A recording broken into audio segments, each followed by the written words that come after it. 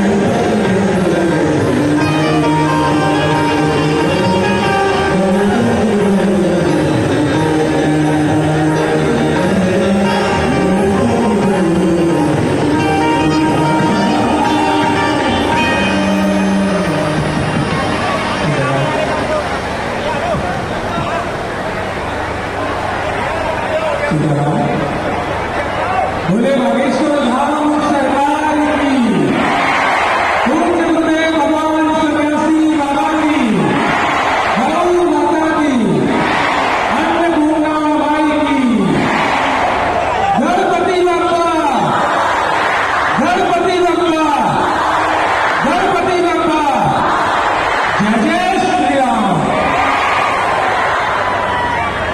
मंगल मूर्ति गणपति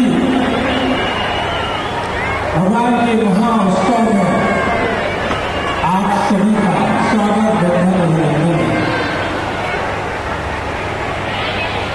10 दिन तक चलने वाले महाउत्सव कथा श्रवण करेंगे और गणपति महाउत्सव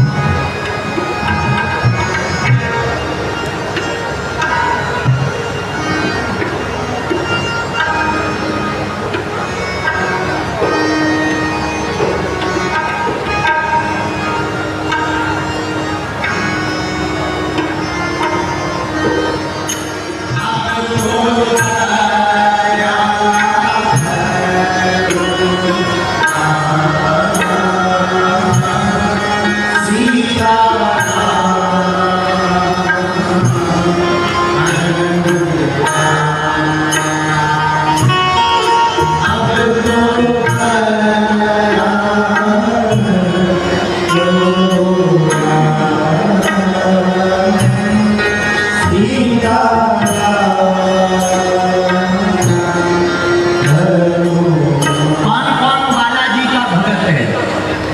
अच्छा, लाल बाग के राजा का कौन कौन भगत है? दिल्ली वालों का तो हाथ उठाकर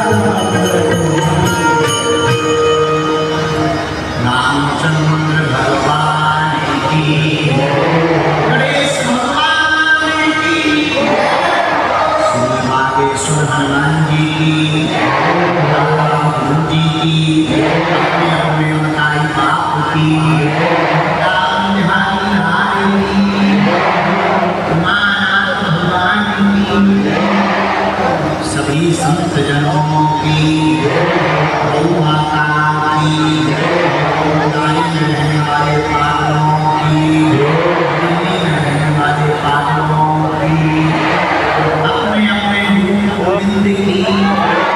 बहुत से धर्मगुरु बोलते हैं हम आध्यात्मिक हो गए कि नहीं हुए, इसका पता कैसे लगेगा? लक्षण बताने की कृपा करें। आपकी दासी शिष्या विनीता गुप्ता। धन्य है दासी जी। आपने पूछा कि आध्यात्मिक स्पिरिचुअल होने के लक्षण क्या है? अरे भाई, कोई चीज घटित होती है तो खुद को पता लगे या ना लगे, अगल बगल वालों को पता लग जाता है कि ये बालाजी का पागल हो गया। पर आपने प्रश्न बहुत सुंदर किया, इसलिए आपको धन्यवाद। अध्यात्म का मतलब यूं समझिए विनीता गुप्ता, जैसे जल में कमल रहता है, जल में कमल रहकर के भी कमल में जल नहीं रहता है। कमल की पंखुड़ियों पर पानी का बूंद पड़ता, पर कभी भी कमल की पंखुड़ियां पानी के बूंद को स्वीकार नहीं करती। वो जल में रहता, जल उसके ऊपर रहता, और कभी भी कमल पानी को स्वीकार नहीं करता। वैसे ही अध्यात्म है, जो आध्यात्मिक इंसान हो जाता है वो संसार में तो रहता है, पर उसके अंदर संसार नहीं, भगवान बसता है। आध्यात्मिकता का मतलब ही है संसार से परे हो जाना। इसका मतलब ये नहीं कि सन्यासी हो जाओ, रहो संसार में, जो कर रहे वो करना है आपको, लेकिन अंदर से अध्यात्मिक जो हो जाता है, जिसके अंदर आध्यात्मिकता की घटना घट जाती है, वो आदमी संसार से परे हो जाता है, उसे सत्य का पता चल जाता है। ऐसे समझो, जादूगर देखा, जादूगर जब जादू दिखाता है तो पंखी बना देगा, पक्षी बना देगा, सांप निकाल देगा, कभी टीवी निकाल देगा, कभी रुपया निकाल देगा। सब लोग ताली बजाते, आहा क्या बात है, क्या बात है, क्या चमत्कार है। लेकिन कभी तुमने देखा होगा जादूगर के साथ में जो जमूड़ा रहता, चेला, वो कभी आश्चर्यचकित नहीं होता, क्योंकि जमूड़े को पता होता है कि इस जादू का रहस्य क्या है, तो वो कभी आश्चर्यचकित में नहीं पड़ता। ऐसे ही जो संसार में रहता है वो हमेशा आश्चर्यचकित रहता है, लेकिन जो संसार को समझ जाता है वो आध्यात्मिक हो जाता है, और जो आध्यात्मिक हो जाता है वो फिर संसार में आश्चर्यचकित नहीं रहता, उसे पता होता है सत्य क्या है और असत्य क्या है। विनीता गुप्ता, आध्यात्मिकता का मतलब है जो केवल अपने लिए ना जिए, अपने भले के साथ साथ जो दूसरों का भला करने का प्रण ठान ले, समझ जाना वो आदमी आध्यात्मिक हो गया। जो अपने जीवन के साथ साथ दूसरों को जीवन देने का काम करना प्रारंभ कर दे, समझ जाना वो आदमी आध्यात्मिक हो गया। जो स्वयं मुस्कुराने के साथ साथ दूसरों के चेहरे पर हंसी लाना प्रारंभ कर दे, समझ जाना वो आदमी आध्यात्मिक हो गया। जो आदमी खुद मौज में रहे और दूसरों को भी मौज सिखाए, समझ जाना ये आदमी आध्यात्मिक हो गया है। और जो आदमी संसार को मिथ्या और भगवान को सत्य माने, समझ जाना ये आदमी आध्यात्मिक हो गया। लेकिन एक बात सावधान रखना, संसार को मिथ्या मानने वाले का मतलब ये नहीं कि वो संसार में ना रहे, संसार में रहते हुए भी जो संसार को अपना ना माने, समझ जाना वो आदमी आध्यात्मिक हो गया। और तुमने पूछा कि आध्यात्मिकता पाए कैसे? तुम पहले ये बताओ कि तुमने आज तक पाने के उपाय क्या किए। ये भी तुम्हें प्रश्न में लिखना चाहिए कि आपने आध्यात्मिक होने के उपाय क्या किए। आध्यात्मिकता किसी उपाय से आती ही नहीं, आध्यात्मिकता तो एक घटना है जो घटती है, सत्य और बोध की क्रांति है जो स्फुरण होती है, स्पंदन करती है, प्रकट होती है। आध्यात्मिकता तो एक एनर्जी है, ऊर्जा है जो ध्यान में उतरने से अपने आप प्रकट हो जाती है। आध्यात्मिकता तो गुरु का एक प्रसाद है, सदगुरु की शरण में जाने से ही वो अपने आप प्रारंभ हो जाती है। अध्यात्म कोई उपायों से नहीं मिलता, अध्यात्म कोई प्रयोजन से नहीं मिलता। आध्यात्मिकता को पाने के लिए वैसा होना पड़ता है, चेतना से साक्षात्कार करना पड़ता है। इसलिए विनीता गुप्ता, एक बात याद रखना, तुम कितना भी पढ़ लो, कितने भी आप इंटेलिजेंट हो जाओ, कितना भी आपका IQ लेवल हाई हो जाए, पर याद रखना वो आदमी तब तक सफल नहीं हो सकता जब तक उसके जीवन में सत्य का बोध नहीं हुआ, जब तक स्पिरिचुअलिटी उसके जीवन में नहीं उतरी, आध्यात्मिकता नहीं उतरी। वो कितना भी प्रयत्न कर ले, वो आदमी कभी भी संतुष्ट नहीं हो सकता। और ये बात केवल थोती नहीं, हम आपको एक महान वैज्ञानिक का संदर्भ बताना चाहेंगे। विनीता गुप्ता दुनिया का एक महान वैज्ञानिक हुआ, अल्बर्ट आइंस्टीन। अंतिम दिनों में उससे पूछा गया कि तुम मरने वाले हो, आयु तुम्हारी जा चुकी है। और अल्बर्ट आइंस्टीन वैज्ञानिक से पूछा कि तुमने बहुत सी खोजें की, दुनिया में बहुत से रहस्यों से पर्दा उठाया। पूछने वाले ने पूछा, क्या ऐसी कोई खोज रह गई जो अधूरी हो? ऐसा कोई रिसर्च रह गया जो बाकी हो? ऐसा कोई तथ्य रह गया जिसको तुम जान ना पाए हो? अल्बर्ट आइंस्टीन कुछ देर के लिए चुप हो गया और गंभीर मुद्रा में बोला कि यस, मैं मरने जा रहा हूं, पर एक खोज मेरी बाकी रह गई, एक तथ्य मेरा बाकी रह गया जिसको मैं कभी खोज नहीं पाया, जिसको मैं कभी जान नहीं पाया। तो प्रश्न पूछने वाला बड़ा चौंका। उसने पूछा, वो खोज कौन सी है?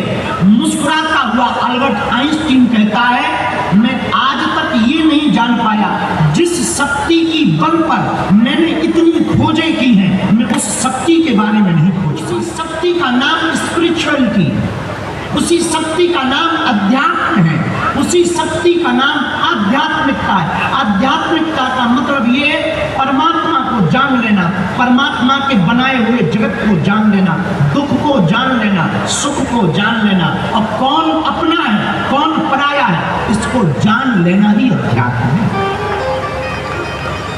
और आपने प्रश्न में डाला कि हम अध्यात्म कैसे हो, आध्यात्मिक कैसे हो? विनीता, आध्यात्मिक होने के लिए पहले तुम उनके हो तो जिनसे अध्यात्म प्रकट हुआ। हमारे गांव में कहावत है, कुछ पाने के लिए कुछ खोना पड़ता है, और ये कहावत हमारी नजर में कुछ जगह पर ठीक है, एक जगह गलत है। कुछ पाने के लिए तो कुछ खोना पड़ता है, पर भगवान को पाने के लिए कुछ खोना नहीं पड़ता, उनका होना पड़ता है। अगर आप भगवान के हो जाएंगे तो आप उनको पा जाएंगे, क्योंकि नदी की गहराई का पता आप किनारे खड़े होकर के नहीं लगा सकते, नदी में तुम्हें उतरना पड़ेगा, तब तुम नदी की गहराई का पता लगा पाओगे। उसी प्रकार परमात्मा और परमात्मा की शक्ति को जानने के लिए तुम्हें आध्यात्मिकता में उतरना पड़ेगा। और अध्यात्म का मतलब है न नास्तिक होना न आस्तिक होना, मेरी नजर में वास्तविक होना ही आध्यात्मिकता है। बहुत से लोग नास्तिक होते हैं, एथिस्ट होते हैं, बहुत से लोग आस्तिक होते हैं, वो कहते हैं ये नास्तिक है, कोई कहता है ये आस्तिक है। बहुत से लोगों को बुरा लगेगा, आस्तिकों को भी हमारी बात का बुरा लग सकता है कि आप धर्म विरोधी। मैं प्रार्थना करूं, धर्म का मतलब ही वास्तविकता। इसलिए भारत के लोगों, ना तुम नास्तिक बनो ना तुम आस्तिक बनो। दिल्ली के लोगों, तुम्हें जीने का मजा लेना है, तुम वास्तविक बनो। अगर तुम वास्तविक बनोगे, हम ये वादे के साथ कह सकते, दावे के साथ कह सकते कि तुम शुद्ध आध्यात्मिक हो जाओ। आज का आदमी इसीलिए परेशान है क्योंकि वो जो है वो दिखना नहीं चाहता, और जो नहीं है वो दिखना चाहता है। खर्चा सबसे ज्यादा किस बात का आदमी का? वो महंगे महंगे शौक हैं ही इसीलिए दुनिया को दिखाने के। आपके ये बड़े बड़े मकान, आप एक कमरे में भी रह सकते, और ये बड़े मकान का सपना भी अपने अहंकार को पुष्ट करने का है। आप दुनिया को दिखाना चाहते कि देख मेरा मकान। महंगी गाड़ी लेने के पीछे भी कारण यही है, तुम दुनिया को दिखाना चाहते, देख मेरी गाड़ी। आप जितने भी शौक पाल रहे वो दुनिया को दिखाने के लिए पाल रहे, और जिस दिन तुम वास्तविक हो जाओगे उस दिन तुम्हारी जिंदगी में वो घटना घटेगी, वो क्रांति घटेगी कि ना तुम नास्तिक रहोगे ना तुम आस्तिक रहोगे। तुम अगर वास्तविक रहोगे तो ही तुम प्रभु के नजदीक रहोगे। एक संदर्भ और हम तुमको विनीता गुप्ता देना चाहते हैं। दुनिया का एक महान मुक्केबाज आदमी हुआ, माइक टाइसन। माइक टाइसन झोपड़ी में पैदा हुआ, करोड़ों अरबों डॉलर उसने कमाए, 100 कमरों का उसने मकान बनाया लॉस एंजलिस में, बड़ा भव्य मकान, करोड़ों की गाड़ियां, रोल्स रॉयल्स जैसी गाड़ियां उसने खरीदी, हजारों स्त्रियां उसके जीवन में आई, लेकिन जब उससे सच्चा सदगुरु मिला, उसके जीवन में कुछ घटना घटी, तो लोगों ने उससे पूछा कि पहले की जिंदगी जो तुम्हारी थी, ग्लैमर की जिंदगी, बड़ा मकान, बड़ी गाड़ियां, अब तुम आध्यात्मिक हो गए हो, क्या कहना चाहते हो? उसने बड़े मुस्कुराते हुए बड़ा गजब का जवाब दिया। उसने कहा कि मैं उस समय ब्लैक होल में था। जितने में मकान बनाते जा रहा था, उतनी कामनाएं बढ़ती जा रही थी कि एक और मकान होना चाहिए। जितनी मैं गाड़ियां खरीदता जा रहा था, उतनी मेरी गाड़ियों की चाह और बढ़ती जा रही थी। रोल्स रॉयल खरीदने के बाद मुझे मन में आया कि मुझे पोर्श, अल्टा जैसी गाड़ियों को खरीदना चाहिए। वो कहता है कि मैं हजारों स्त्रियों के साथ रहा, फिर भी मेरी ललक, मेरी कामनाएं बढ़ती जा रही थी। उसने कहा कि जिस दिन मैंने त्याग कर दिया, मुझे घृणा हो गई, उस दिन मुझे एक बात समझ में आई कि जिंदगी में खुश रहने के लिए $1,00,000 नहीं, $1,000 काफी है। $1,000 काफी। इसलिए उससे पूछा कि अब तुमने बदलाव क्या किया, तो तुम बदल कैसे गए? उसने भी वही उत्तर दिया जो हमारा है। उसने कहा हम जो थे वैसे ही जीने लगे, हम प्रसन्न हो गए। तो दिल्ली के पागलों, आज का सूत्र तुम नोट करो। विनीता गुप्ता, तुमने पूछा कि आध्यात्मिक कैसे हो सकते हैं, तो तुम सूत्र नोट करो। ना तुम नास्तिक बनो, ना तुम आस्तिक बनो, मेरी बात मानो, तुम वास्तविक बनो। तुम जैसे हो वैसे जियो। तुम्हारा जो स्वभाव है उस स्वभाव में रहो। हाँ, याद रखना, ऐसा स्वभाव बनाओ कि किसी का दिल ना दुखे, किसी को बुरा ना लगे। इसका मतलब ये नहीं कि किसी को बुरा ना लगे पर तुम्हें बुरा लगे। ऐसे बनो समअवस्था। दुख आवे तो बहुत घबराओ मत, प्रभु को धन्यवाद। सुख आवे तो ज्यादा फूलो मत, भगवान को धन्यवाद। हर हाल में मस्त रहना सीखो, किसी भी परिस्थिति में मस्त रहो। चाहे दुनिया लुट जाए, अपनी मस्ती मत जाने दो। याद रखना, संपत्ति लुटेगी तो तुम टेंशन में रहोगे, तो तुम पागल घोषित हो जाओगे। संपत्ति लुटे और तुम मुस्कुरा कर अगर अटेंशन में रहोगे तो फिर से संपत्ति को पा जाओगे, फिर से सब कुछ खोया हुआ पा जाओगे। इसलिए हर हाल में मस्त रहना।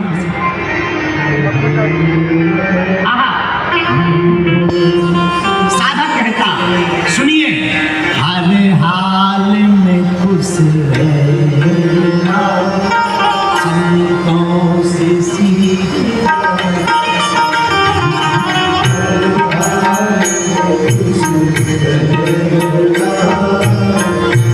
दोनों हाथ उठाकर गाओ भैया।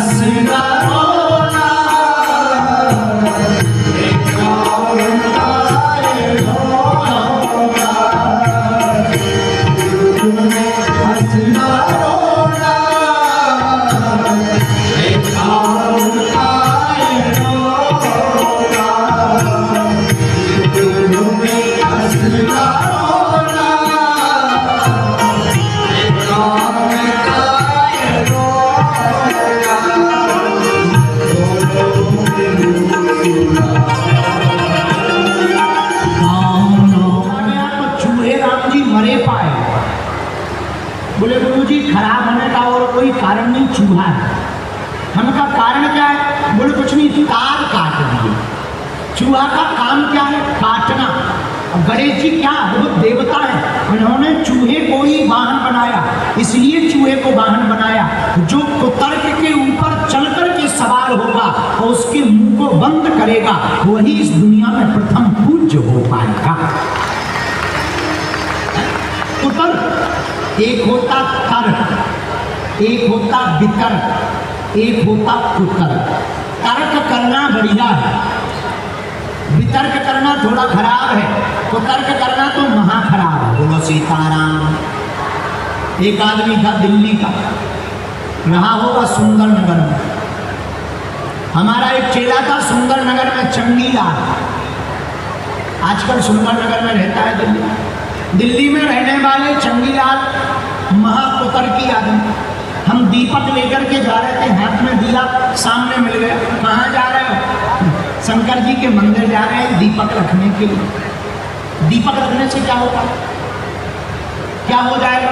अरे इनको कुछ नहीं होता, हमारे पिताजी रखते रहे, दादाजी रखते रहे, सो हम रख रहे। अब देखना कुतर्की आदमी, बोले तुम्हारे पिताजी गलती करते रहे, दादाजी गलती करते रहे, तो क्या तुम भी गलती करो? अरे इनके क्या मूर्खतापूर्ण बातें हैं। गलती नहीं है, ये तो सही है, पूजा है। अच्छा बोले छोड़ो, एक बात बताओ पंडित जी, आप तो बहुत कथाएं करते हो, ये जो दीपक में उजाला है, ये जो ज्योति है, कहाँ से आई? अब कहाँ से बता दें, कहाँ से आई? दिल्ली से आई कि बम्बई से? वो तो माचिस से आई। लेकिन अगर हम कह दें कि वो माचिस से आई, तो वो कहेगा माचिस में कहाँ से आई? तो हम कह देंगे कि भाई वो तो बिंदर जी की फैक्ट्री से आई, माचिस फैक्ट्री से बनी, तो वो कहेगा फैक्ट्री में कहाँ से आई?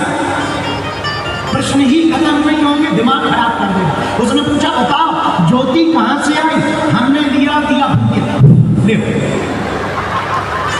ये क्या है? हमका ये बताओ गई कहाँ? गई कहाँ? बोले गई का हमें नहीं है पता, हमका ठटरी के बड़े। गई का तुम्हें पता नहीं, आई का हमें पता नहीं। का है तुम माथा खराब कर, तुम अपने घर जाओ, हम अपनी पूजा करने जाए। जय बजरंग की बोलो सीताराम। इसको कहते हैं कुतर्क। कुछ लोग हमें मिलते, एक जगह और मिले, अभी राम मंदिर बन रहा था, हम तिवारी जी राम मंदिर में गए, श्री मनोज तिवारी जी, हम दोनों लोग बढ़िया गए। रात भर 22 तारीख के पहले कीर्तन करते रहे, परम पूज्य श्री जगद्गुरु राघवाचार्य जी के आश्रम में रुके रहे। बहुत लोग मिलने आए, जुबिन नौटियाल आया, सब लोग गीत गाते रहे, भोजन पा रहे, एक दूसरे को प्रसाद करवा रहे। रात बड़ी अद्भुत थी, आज भी नहीं भूलती। 22 तारीख जनवरी को सुबह राम जी बैठे थे, एक आदमी और मिल गया दिल्ली का। गुरुजी उनका चेला कल्याण हो। बोला गुरुजी एक बात बताओ, राम मंदिर की जगह अगर अस्पताल बनवाया जाए तो क्या होगा? अच्छा नहीं होगा? हमका ठटरी के बड़े मस्जिदों की जगह भी अगर विद्यालय बनवाया जाए तो क्या होगा? चर्चों की जगह अस्पताल बनाया जाए तो कितना अच्छा नहीं होगा?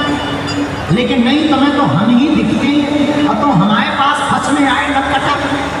हम इतने में जब बोला नहीं ऐसी बात है। अच्छा बोले एक बात है, शंकर जी को दूध चढ़ाने से क्या होता है? वही दूध गरीबों को खिलाओ तो काम नहीं चल जाएगा। हमका तुम अपने बाप की ये जो गंगा जी ले जाते हो, गंगा जी ले जाने की क्या जरूरत है? बगल के ही नाला में क्यों नहीं डाल देते?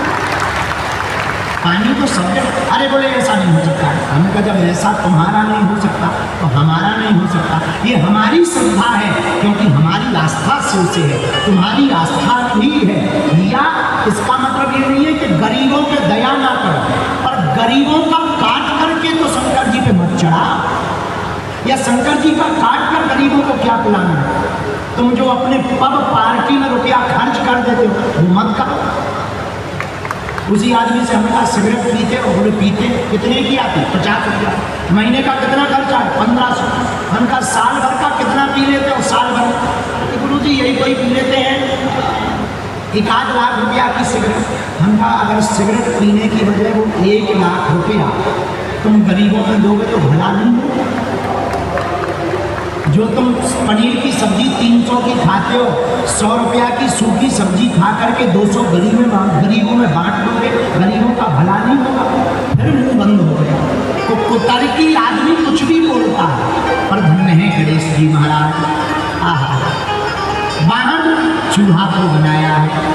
बाल चूहा क्यों? मूसक की सवारी क्यों? कुतर्क का मुंह बंद करके जो सवार होकर चलता है वही प्रथम पूज्य माना जाता है। इसलिए हम लोगों को तर्कवादी तो होना चाहिए और कुतर्कवादी नहीं होना चाहिए। ये गणेश जी से दूसरी शिक्षा लेंगे। अच्छा, तीसरी शिक्षा क्या? गणेश जी से तीसरी शिक्षा सुन। कान बड़े बड़े। कान बड़े का मतलब सुनो ज्यादा बोलो कम। हम लोग उल्टे हैं, बोलते ज्यादा है सुनते कम। अच्छा तुम ही बताओ दिल्ली वाले, भगवान ने कान कितने दिए? जोर से बोला। और मुंह? अच्छा कान कितने हैं? मुंह एक है। मानो भगवान स्पेशली बाया वर्त जन्मते ही कह रहे सुनो ज्यादा बोलो कम। हम लोगों ने उल्टा कर दिया, बोल ज्यादा है सुन कम है। अगर ज्यादा बोल रहे तो भगवान को कहना होता तो दो मुंह देते, फिर कर देते अगल बगल, एक इस गाल पर एक इस गाल पर। जय बजरंग। लेकिन ब्रह्मा जी कमाल के हैं, भगवान कमाल के हैं। वो कह रहे सुनो ज्यादा बोलो कम। यही गणेश जी की शिक्षा है। कान बड़े बड़े हैं, बातें सुनने वाला बड़ा नहीं है, बड़ी बातों को सुनकर के जीवन में उतारने वाला बड़ा है।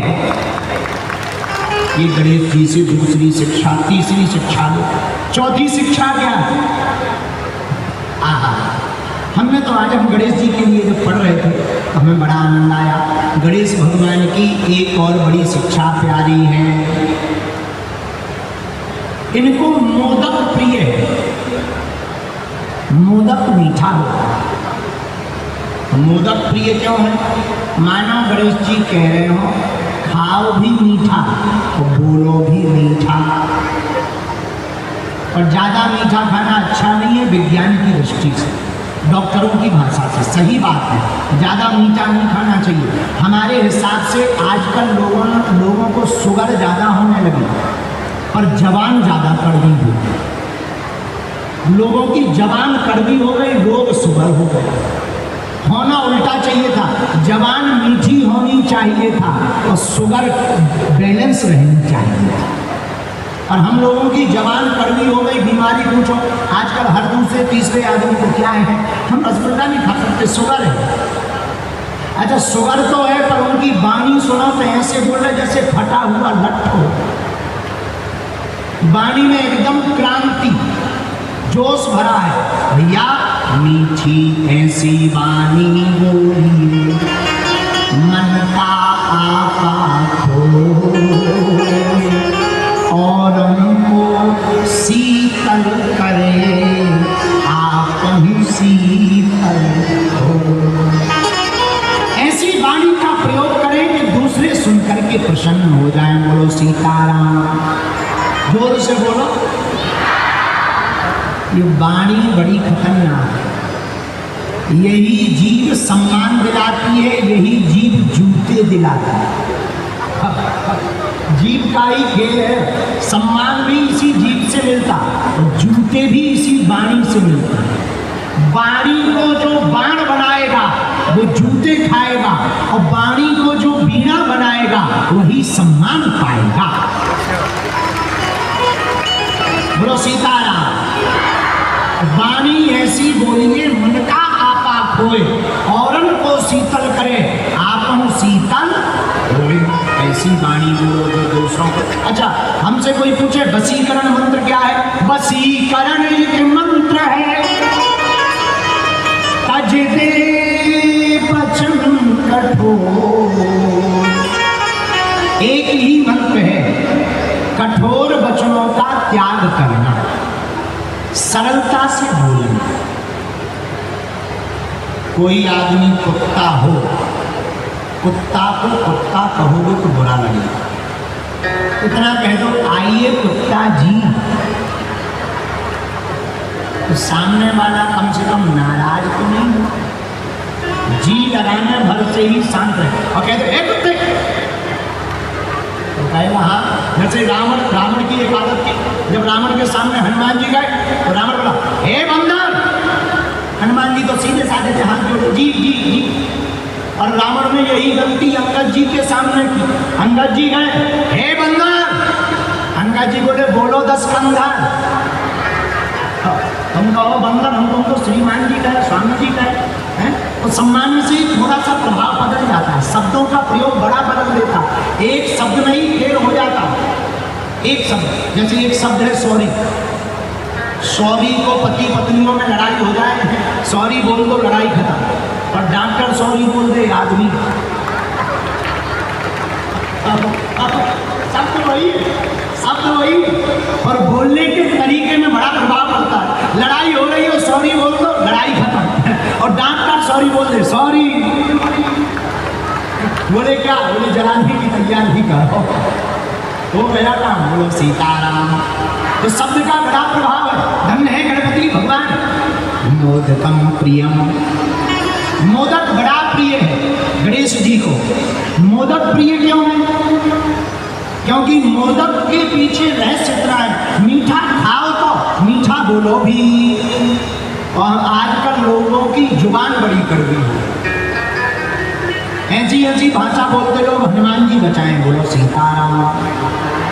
आपस में ही विचित्र भाषा बोलते, एक शब्द से बात बन जाती, बुरा न मानना।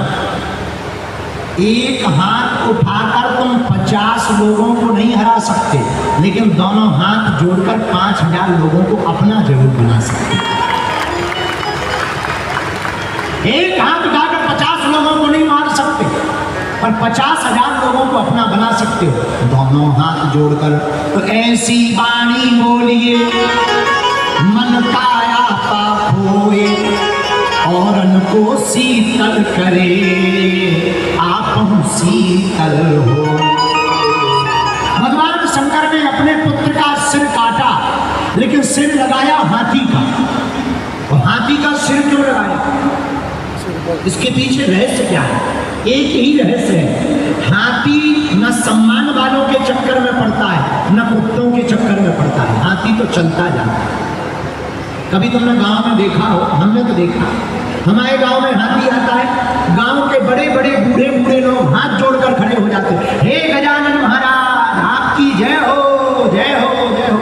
तो जितने हाथ जोड़ने वाले खड़े होते, उतने ही पीछे गांव के कुत्ते पीछे पड़े होते, पूरे गांव के कुत्ते पीछे पड़ जाते। लेकिन हाथी की एक आदत है, ना वो हाथ जोड़ने वालों के पास जाता, ना कुत्तों के पीछे भागता, वो तो अपनी मस्ती से चला जाता है। इसलिए हर गांव में उसकी गणपति के रूप में पूजा हो जाती है। ये सम्मान पाने का तरीका है। अगर तुम्हारे अंदर भी चाह हो सम्मान पाने की, हम लोगों की एक आदत है, कोई महिमा गाए, आप बहुत अच्छी आदमी, बहुत सरल, बहुत दानी, बहुत अच्छी, बहुत अच्छी, बहुत परोपकार करते, बहुत कथाएं करवाते, तो थोड़ा सा भी कहते हैं मूर्ख है, मूर्ख। सम्मान में तो कुछ भी बोलेंगे, थोड़ा सा कह दो मूर्ख है, दिमाग खराब हो जाए। हमने अपनी कथाओं में बड़ी गौर से देखा, कोई प्रसिद्ध प्रतिष्ठित आदमी आ जाए और हम अगर अपनी मस्ती में कथा में उसका नाम ना ले, तो उसका दिमाग खराब रहता पूरी कथा में, उसका मन ही नहीं लगता। हम कितनी भी अच्छी कथा सुना दें, उसके मन में ये लगता होंगे अपने लिए बाबा, ऐसे बाबा हमने बहुत देखे, जैसे बड़े बड़े कथाकार हमने नचा दिए। भले ही हम महुआ मलारा की सुना, क्या गजब की कथा सुना, तुरंत ही भाव बदल जाता, 1 मिनट में भाव आदमी का बदल जाता है। तो सम्मान को जितने भी पाने वाले लोग बैठे हैं, अगर तुम्हें सम्मान की चाह है तो हमारी कथा का एक सूत्र नोट कर लो, ना तुम हाथ जोड़ने वालों के पीछे पड़ो, ना कुत्ते भौंकने वालों के पीछे पड़ो, अपना काम करते जाओ, तुम हर जगह जहां जाओगे वहां सम्मान पाते चले जाओगे। क्योंकि एक बात पूरी होती है, पूछो क्या, जोर से पूछो और जोर से पूछो। 4 दिन किसी को माला पहनाई जाए, 5वें दिन बंद कर दी जाए तो दिमाग खराब हो जाता है। दिल्ली में एक आदमी रहता था, राजा के पास रोज जाता था भीख मांगने। रोज का नियम राजा का 5 रुपया देता था, बाप और बेटे दोनों को 5-5।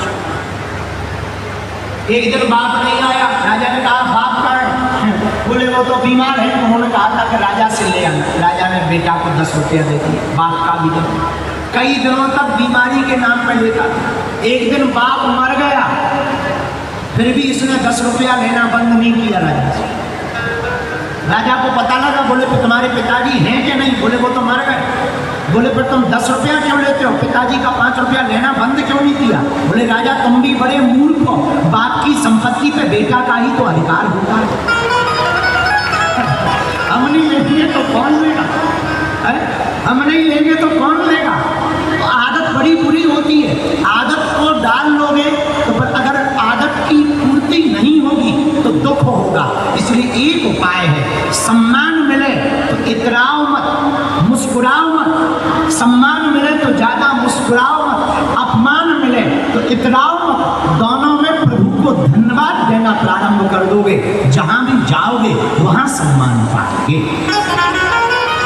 इसलिए गणेश जी का रूप है हाथी का, मुख है हाथी का, इसलिए भगवान शंकर ने मुख हाथी का दिया। एक बात और, हनुमान जी, गणेश जी महाराज आप दर्शन करोगे तो एक हाथ अभय मुद्रा में ऐसे उठाए। ये हाथ अभय मुद्रा में होने का कारण क्या है? अभय के दाता गणेश जी। आहा, हमने एक जगह गणेश अंक में वर्णन करा, देवताओं ने स्तुति की, ब्रह्मा विष्णु और महेश की दिव्य स्तुति की। हे भगवान पधारो। क्या बात है? त्रिदेवों से कहा महाराज हम लोग कोई भी काम करने जाते हैं, विघ्न आ जाते हैं। विघ्न से बचने का कोई उपाय बताओ। त्रिदेवों ने कहा शक्ति के प्रभाव के कारण कालांतर में विघ्नहर्ता के रूप में भगवान विष्णु जी बोले, हे देवताओं, विघ्न से बचने के लिए विघ्नहर्ता देवता की पूजा करनी पड़ेगी। वो विघ्नहर्ता कौन है? बोले वैसे तो वो आदि गणेश हैं, लेकिन कालांतर में वही विघ्नहर्ता शक्ति के पुत्र पार्वती के सुत के रूप में जन्म लेंगे, अवतार लेंगे, उनका नाम गणेश कहलाएगा। वो गणेश कहलाएंगे, विघ्नहर्ता। इसलिए गणेश भगवान का एक हाथ अभय मुद्रा में रहता है। अभय मुद्रा में रहने का मतलब है वह आप सबको अभय कर रहे हो कि डरना नहीं, हम हैं, चिंता मत करना, हम हैं। यही आज दिल्ली में 8वां वर्ष है कि लाल बाग के राजा के रूप में गणेश भगवान यहाँ 8वीं वर्ष पर विराजमान है। अब वो हाथ ऐसा करके कह रहे, हे भारतवासियों, अब तुम्हें डरने की जरूरत नहीं है। तुम्हारी रक्षा और विघ्न को मिटाने के लिए विघ्नहर्ता के रूप में लाल बाग के राजा बैठे हुए हैं। इसीलिए हर वर्ष हम गणेश उत्सव के दौरान, जिस दिन गणेश जी का प्रागट्य उत्सव हुआ, गणेश चतुर्थी के दिन से हम लोग उत्सव मनाते हैं। गणपति बप्पा मंगल मूर्ति, गणपति बप्पा। हमको गणेश भगवान का एक भाव बड़ा प्यारा याद आता है, कहूँ तो सुनाएं। आज हम सुबह बैठे बैठे गा रहे थे, बहुत प्यारा भाव था। अरे हुई गलियों में जय जयकार,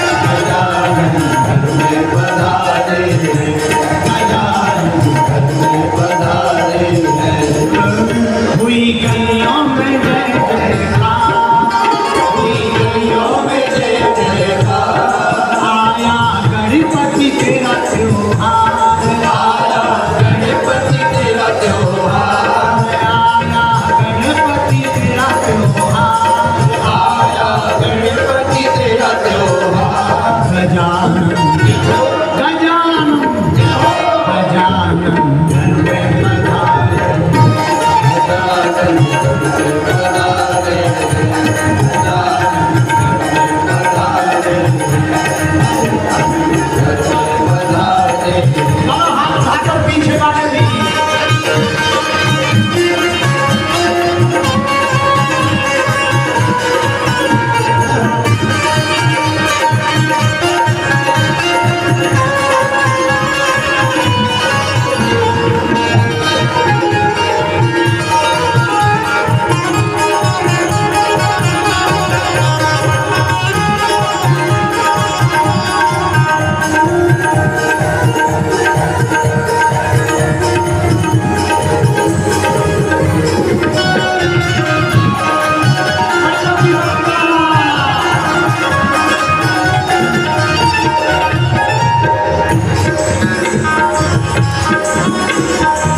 नाचे मन में मन भरा,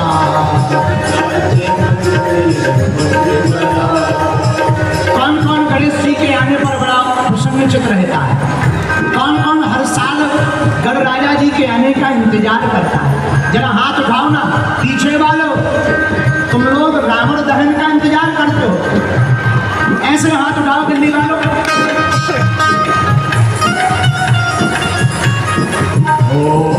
नाचे मन में हरि उमंग, नाचे मन में हरि उमंग, जहाँ तहाँ खुशियों का है रंग, खुशियों का है रंग, चारों दिशाओं में खुशियों का रंग, चारों दिशाओं में खुशियों का रंग, चारों दिशाओं में खुशियों का रंग, चारों दिशाओं में खुशियों का रंग। जी गणपति तेरी जयकार, गूंजे गणपति तेरी जय जयकार, गूंजे गणपति, ओ आया गणपति तेरा त्योहार, आया गणपति तेरा त्योहार। गजानन गजानन गजानन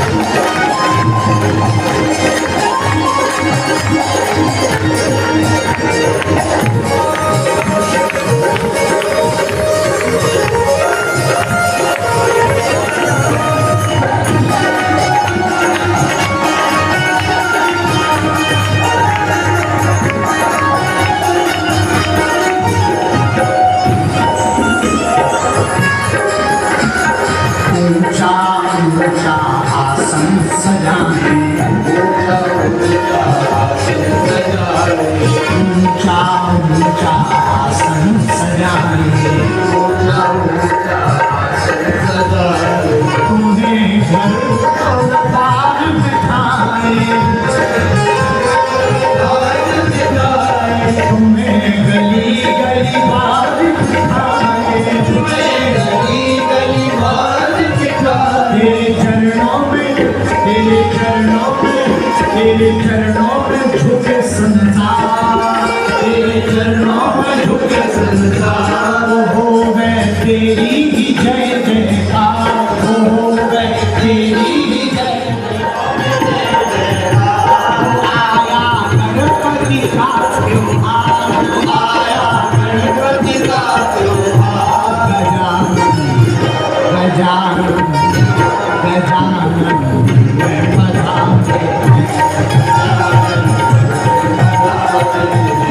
गजानन घर में पधारे, गजानन घर में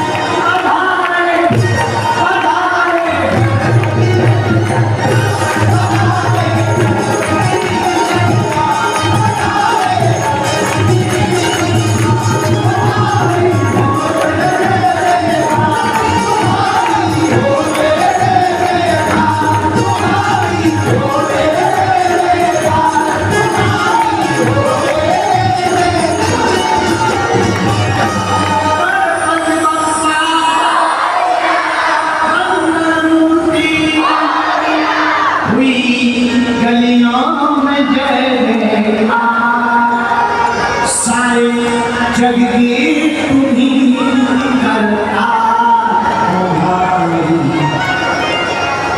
आया।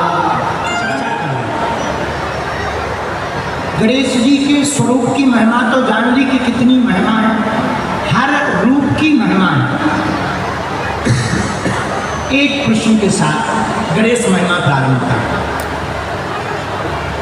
गणेश जी प्रथम पूज्य कैसे बने और प्रथम पूज्य बनाने का कारण क्या? किसने प्रथम पूज्य बनाया गणेश जी? आहा, सारे देवताओं ने आपस में चर्चा की। विघ्न आते हैं, समस्याएं आती हैं, विघ्न को मिटाने वाला कोई चाहिए। कौन होगा? भगवान विष्णु ने कहा आदि गणेश तो है ही हैं, परंतु मां पार्वती की कृपा से, उनकी शक्ति के बल से उनके सुख के रूप में श्री गणेश प्रकट होंगे, वही हम लोगों के विघ्न को मिटाएंगे। एक दिन मां पार्वती ने उबटन किया।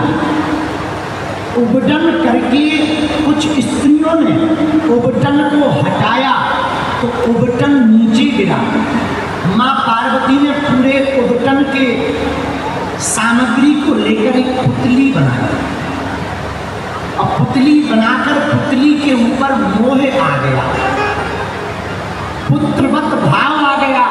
तो मां पार्वती ने अपनी शक्ति बल से उस पुतले को ही शिशु रूप में प्रकट कर दिया। यही श्री गणेश बन करके प्रकट हुए। बोलो गणेश भगवान की। अब गणेश जी तो प्रकट हो गए, पर प्रथम पूज्य कैसे बने? पूरी सभा विराजमान, देवता बैठे हुए। आहा, देवताओं ने कहा कोई भी पूजन करे तो एक दुविधा होती है, किसको पहले पूजा जाए। ब्रह्मा विष्णु महेश तीनों विराजमान थे। बोले एक काम करो, एक निर्णय कर देते हैं। क्या? शंकर जी बोले हमारा तो प्रथम पूजने का मन नहीं है। ब्रह्मा जी बोले हमारा भी नहीं। विष्णु भगवान बोले हमारा भी मन प्रथम पूजने का नहीं है, पर प्रथम पूज्य होगा कौन? आहा, त्रिदेवों ने एक निर्णय लिया, जो भी पूरे विश्व की परिक्रमा लगाकर पहले आएगा वही प्रथम पूज्य कहलाएगा। सब देवता वाहन ले लेकर के गए। कोई ऊंट पर चढ़ के गया, किसी का शेर वाहन है, कार्तिकेय जी का अलग वाहन है, मयूर वाहन है, कोई सांप के वाहन पर चला, कोई किसी वाहन पर चला, कोई किसी वाहन पर चला। सब देवता तो चले गए, लेकिन गणेश जी नहीं जा पाए। गणेश जी ने सोचा हम जाएंगे भी तो हमारी स्पीड 2 या 3 किलोमीटर प्रति घंटा, इतनी भी बड़ी मुश्किल है। वाहन छोटा है, ज्यादा दौड़ाएंगे इंजन फेल हो जाएगा, चूहे को दिक्कत आ जाए, तो दौड़ा भी नहीं सकते क्योंकि वाहन कमजोर है। क्या करें?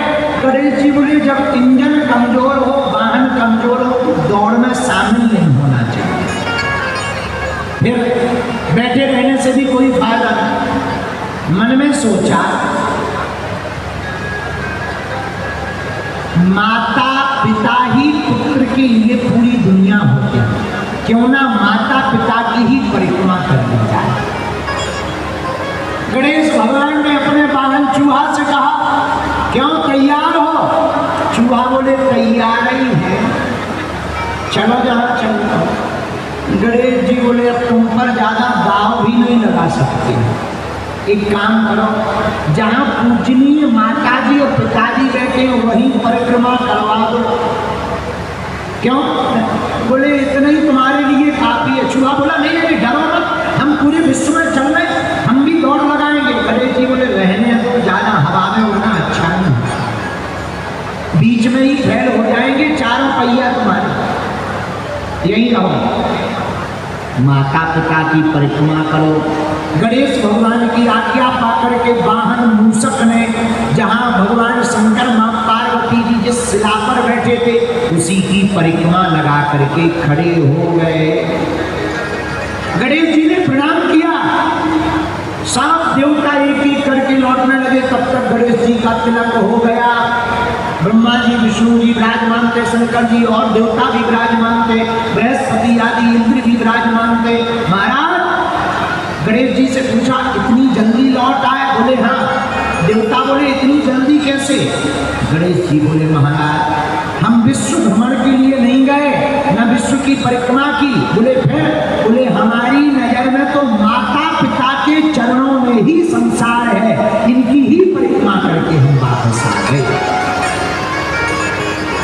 देवता प्रसन्न हो गए, तिलक लगा दिया।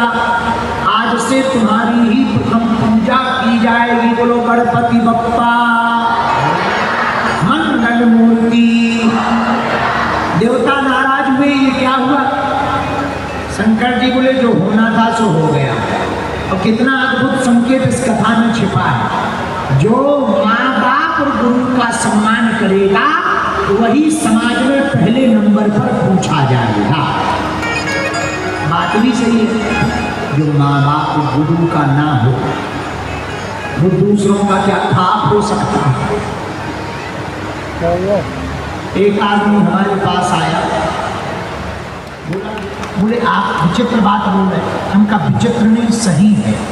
जो अपने माँ बाप का ना हो वो तुम्हारा क्या खाप होगा? जो अपने गुरु का नहीं होगा वो दूसरों का क्या खाप होगा? जो पुरुष अपनी पत्नी का ना हो वो दूसरों का क्या हो सकता है? और जो पत्नी अपने पति की ना हो वो दूसरों की क्या हो सकती है?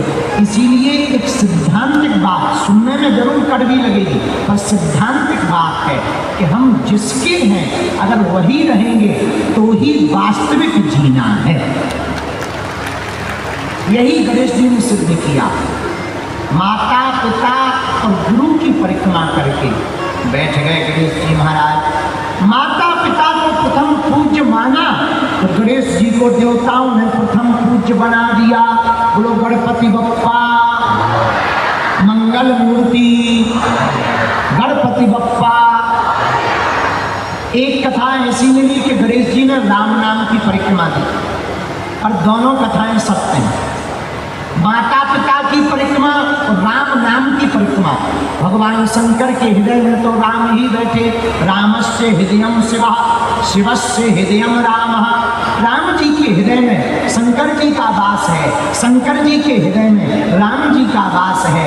भैया जो माता पिता और अपने प्रभु की परिक्रमा करे, समझना उसने विश्व की परिक्रमा को कर लिया है। जो माता पिता और गुरु को प्रसन्न रखे, समझना उसने परमात्मा को प्रसन्न कर लिया है। बोलो जय सिया राम। जोर से बोलो। हमारे जीवन की एक घटना है। हमारे साथ में 2-4 लोग थे, बच्चे ही बच्चे। हमारा गांव जहां है गड़ा, वहां से मेन हाईवे की दूरी 5 किलोमीटर है। पुराना जमाना, हम पैदल पढ़ने जाते थे गंज, 5 किलोमीटर पैदल। रोड नहीं था, कच्चा सड़क मार्ग था, पत्थर डले थे।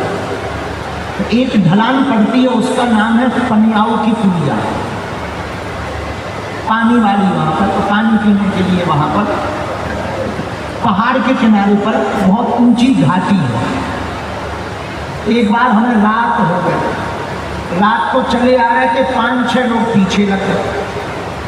उस जमानों में डकैतों का बड़ा डर रहता, चोर डकैत गांव में मिल जाते एक आंख। तो 4-5 लोग पीछे लग गए। तो हम समझ गए, हमने कहा अगर पकड़ेंगे भी तो किस पुस्तक के अलावा मिलेगा ही क्या? एक माला रहती थी, एक कापी रहती थी पेन। हम कहा लूट भी लेंगे तो ठीक है, पर लूटे सो दिक्कत नहीं है, पर हाथ पाँव न टूटे। लूटेंगे तो ठीक है, पर हम न टूटे। हमें टूटना बेकार है, लुटना बेकार नहीं है, टूटना बेकार है। तो जैसे ही नजदीक आए तो लठ लिए थे, मुंह बांधे थे, हमें ध्यान है।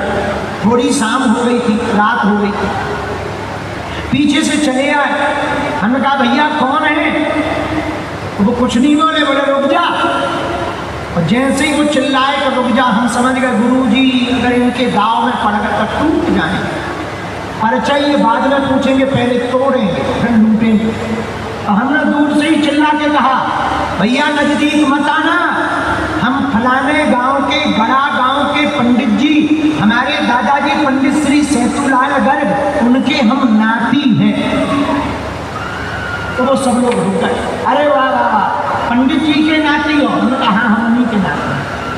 वो लोग हमें गांव तक छोड़ गए, बोले फिर तुम चिंता ना करो, अगर उनके नाती हो तो हम उन्हें जानते, गांव तक छोड़ गए। हमने आके दादाजी को घटना बताई, लेकिन मन में आज एक बात आई कि जब दादाजी के नाम से चोर डकैतों से बच सकते हैं तो भगवान का नाम अगर लेना प्रारंभ कर ले तो संसार के चोर डकैत और संकटों से भी बचा जा सकता है। धन्य है गणेश जी महाराज, माता पिता और राम नाम की परिक्रमा करके प्रथम पूज्य बन गए। सीधी सदन गज बदल विनायक, सीधी सदन गज बदल विनायक, कृपा सिंधु सुंदर सबला,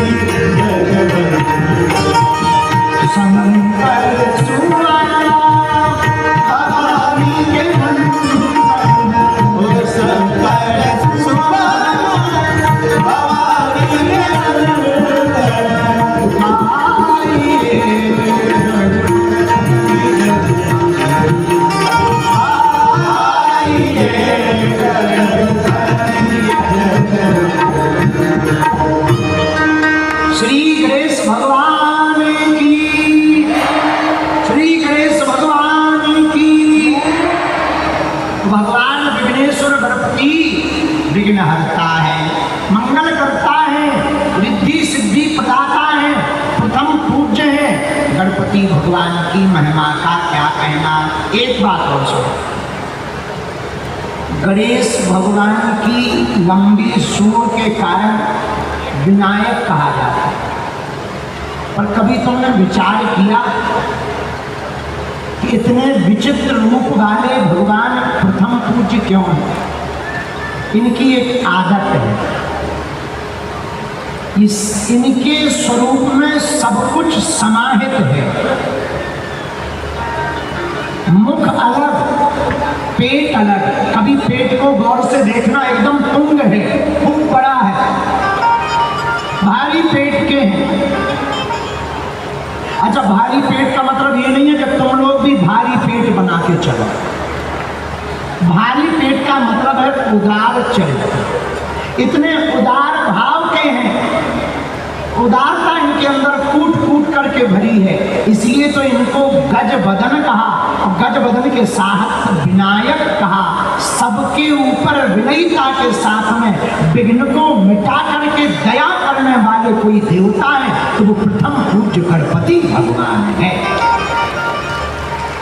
दूसरी बात, गणेश जी की एक बात ये है, इनके जो पिताजी हैं वो शंकर भगवान हैं, वो आदि देव हैं, इसलिए वो महादेव हैं। ये प्रथम पूज्य है। शंकर जी के जीवन में एक ही बढ़िया है, इनका पूरा खानदान पूजा जाता है। बाकी देवताओं का इतना लंबा खानदान नहीं पूजता जितना शंकर जी का पूजता, और देवताओं की पत्नियां पुत्र तक। शंकर जी का तो लंबा खानदान पूजता। शंकर जी स्वयं पूजते, पत्नी नवदुर्गा में पूजती, अच्छा स्वयं पूजते सो तो ठीक है, पत्नी माँ पार्वती दुर्गा रूप में पूजती सो तो ठीक है, बेटा गणपति प्रथम पूज्य भी इन्होंने बना रखा है। अच्छा बेटा तो बहुत लोगों का पूज रहा, पर बहुएं नहीं पूज रही हैं, पर शंकर जी की बहुएं नहीं पूज रही, रिद्धि सिद्धि। अच्छा बेटा बहू और पत्नी ये तीन तो किसी किसी के पूज सकते, पर नाती पोता नहीं पूजते होंगे, पर शंकर जी के नाती पोता शुभ और लाभ भी पूज रहे हैं। तो शंकर जी का पूरा खानदान पूजता है, यही विचित्रता है। इसलिए बाकी सब देव हैं, शंकर जी महादेव है, और महादेव के सुत ही श्री गणेश है, प्रथम पूज्य है। जो भी इनका स्मरण करके कोई काम करता है उसके काम में आने वाले विघ्न को यही मिटा डालते हैं। बोलो सीताराम। जैसे हनुमान जी का स्वभाव, हनुमान जी का स्वभाव क्या, हनुमान जी को भजने वाले को क्या मिलता, संकट कटे। गाओ गाओ गाओ। एक तो लाइटों के मारे तुम लोग ऐसे दिख रहे जैसे पुतलियां बैठी हो। हाँ सच बता रहे, अब चाहे हमारी आंखों का रिफ्लेक्शन गलत हो गया, अब ठीक दिख रहा है, पर ऐसे अगर हम देखें तो ऐसे लग रहा पुतलियां। जब तुम लोग हंसते हो तब जरूर वेस्ट इंडीज जैसे दांत दिखाई देते हैं, तब हमें लगता कि आदमी बैठे हैं। माँ जी तो हमें ऐसे लगने लगता कि सब सो रहे, केवल हम ही भर बोल रहे हैं। और दिल्ली वाले इतने कमजोर नहीं है कि हम बोलते रहे तुम लोग बैठे रहो। दिल्ली वाले तो बड़े आगल पागल मस्त हैं। और हमारे गांव में एक कहावत चलती, बोले भैया दिल्ली है दिल वालों की, बम्बई पैसे वालों की। तो दिल्ली वाले तो मन के बड़े प्यारे होते, लेकिन आप में ऐसे बैठे जैसे लट खा कर के आए हो। अब हंसे, अब लग रहा है कि हम दांत दिख रहे। बोलो सीताराम। गणपति बप्पा, जोर से बोलो गणपति बप्पा।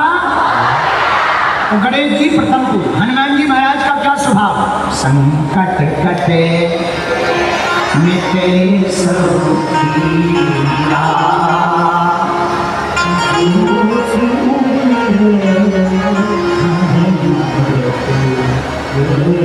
हनुमान जी का स्वभाव क्या, संकट ते हनुमान मन क्रम।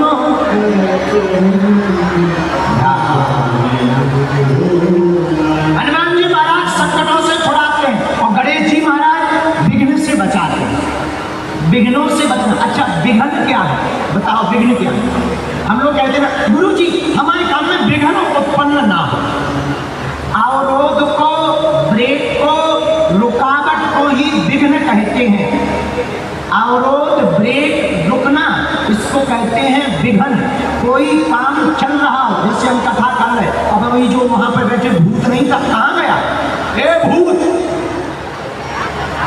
चांदनी चौक के बाजार में तो नहीं घुस गया। भैया जरा भूत पे कैमरा करो, रोज झटनी कर ले, संस्कार वाला कैमरा करो, क्या भूत को दिखाओ। कहाँ खड़ा हो जा, नहीं होगा। अली बहन जी भाग जाओ भाई। हाँ कहाँ है, खड़ा हो जा, नहीं होगा। बस इसी को विघ्न कहेंगे। बीच कथा में ये जो चिल्ला रहा था इसी का नाम विघ्न है। तुम पूछो विघ्न क्या है?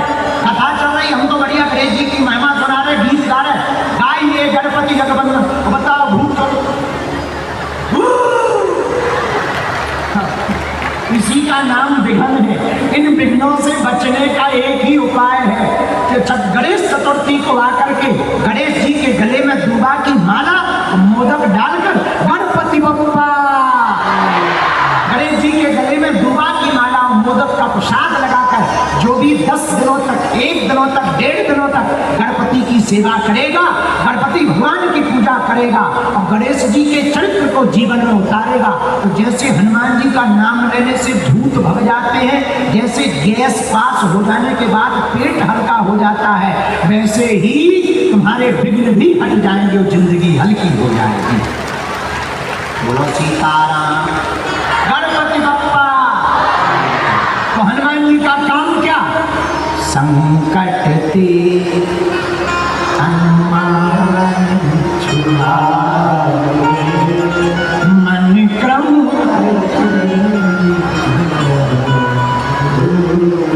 हनुमान जी का काम संकटों से बचाना, गणेश जी का काम विघ्नों से बचाना। बोलो गणपति बप्पा।